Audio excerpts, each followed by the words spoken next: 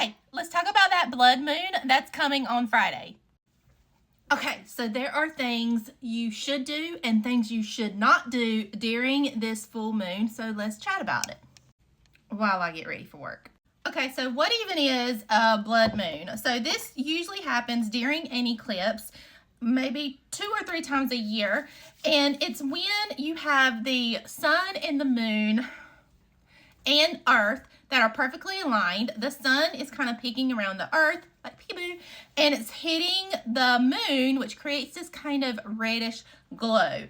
So this is the first eclipse, the first blood moon of 2025, and it's going to happen Friday morning, March 14th at around 2:25 a.m. Eastern Standard Time. So if you're wanting to catch this eclipse in the works and see this beautiful blood moon, you need to be outside between 2:30 and 3 o'clock in the morning a.m.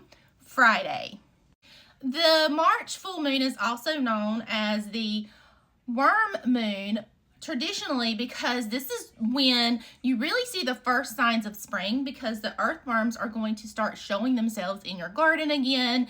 It's all about rebirth and growth, and it's really exciting time. So this blood moon is all about transformation and regrowth, releasing things that no longer serve you.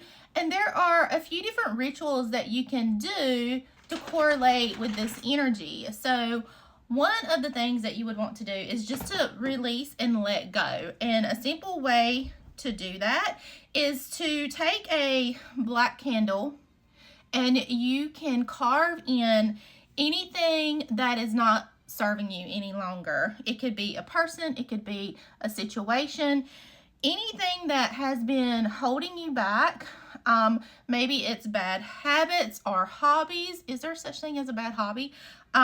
Or just a traumatic situation that just seems to be holding you back. Carve that on a black candle, and then you can light it and allow it to burn completely down during this solar eclipse. Now, if you don't have a candle, that's okay. You can also just write it on a piece of paper and then light that paper on fire in a fire safe container, of course, and allow it to burn. I gotta do my wings, hold on. This is also a perfect time to do some shadow work. So think about it as facing your demons, things that have really been holding you down. Do some shadow work, do some journaling, do some meditation. And it's a great time to connect with your ancestors or deities. So you can light a candle, you can leave an offering. All those things are perfect to do during this full blood eclipse moon. Okay, something that you don't want to do, in my opinion, is to charge your crystals or create moon water, which is something I usually like to do on every full moon. And the reason why is because this full blood moon is going to be carrying chaotic energy, and you don't want that chaotic energy to be transferred into your crystals or your moon water. So I would definitely not put your crystals out under the moonlight, and in place of that, you can just do some cleansing techniques like saging or smudging your crystals if they need recharging, or placing them on a selenite plate, charging plate, or even placing them in the sun. Probably not Thursday and not Friday. Allow this eclipse to happen. But we do have a new moon that's coming near the end of this month, so you can always charge your crystals then. You can make moon water if you so choose. However, I highly recommend not drinking it and not using it for anything except for ritual work where you are banishing and or doing cord cuttings. You also do not want to do any type of manifestation work or spell work that brings about love connections or new beginnings, because this isn't about manifesting what you want to come into your life. This is about releasing what you don't want, what no longer serves you.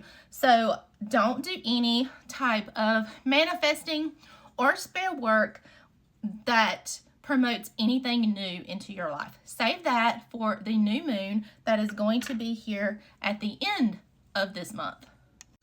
So focus on letting go of things. Focus on doing shadow work, releasing, letting go. You can also do connect with your ancestors and spirit guides. What you don't want to do is definitely don't do any manifesting, don't charge any moon water, and don't charge your crystals. This isn't about new beginnings, you guys. I can't stress that enough. If you focus on anything that you want to bring into your life, it's going to have the opposite effect.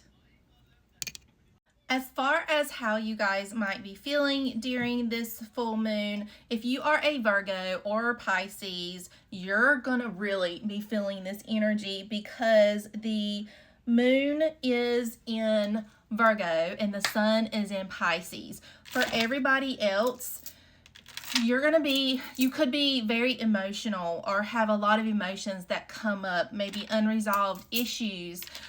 You could be fatigued, not being able to fall asleep easily. And when you do fall asleep, you might have some strong, vivid dreams. So this is definitely, imagine if Friday's full blood moon was Friday the 13th instead of 14th. Talk about crazy.